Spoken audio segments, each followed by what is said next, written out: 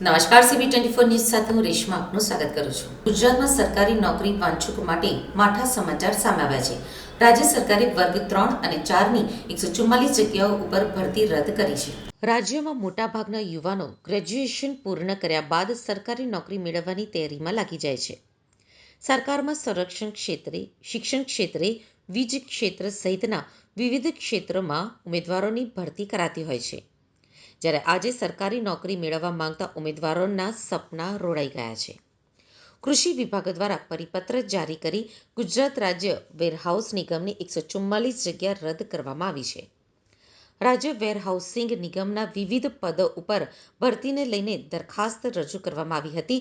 આ દરખાસ્ત ઉપર વિચારણા કર્યા બાદ સહકાર વિભાગ, ખેડૂત કલ્યાણ અને કૃષિ વિભાગ દ્વારા પરિપત્ર જારી કરી વર્ગ 3 અને 4ની 144 જગ્યાઓ રદ કરવાનો આદેશ કર્યો છે. યુવાનો અત્યારે રોજગારને લઈને વધુ ગંભીર બન્યા છે. છેલ્લા કેટલાક સમયમાં યુવાનોમાં વિદેશ જવાનો ક્રેઝ જોવા મળ્યો હતો, પરંતુ કેનેડા સાથેના વિવાદ બાદ સ્થિતિ વધુ ગંભીર બની છે અને હાલમાં અમેરિકામાં ગેરકાયદે રહેતા ભારતીયોની વતન વાપસી થઈ રહી છે. ત્યારે યુવાનો સારી કારકિર્દી માટે સરકારી નોકરીની તૈયારીઓમાં લાગી ગયા છે.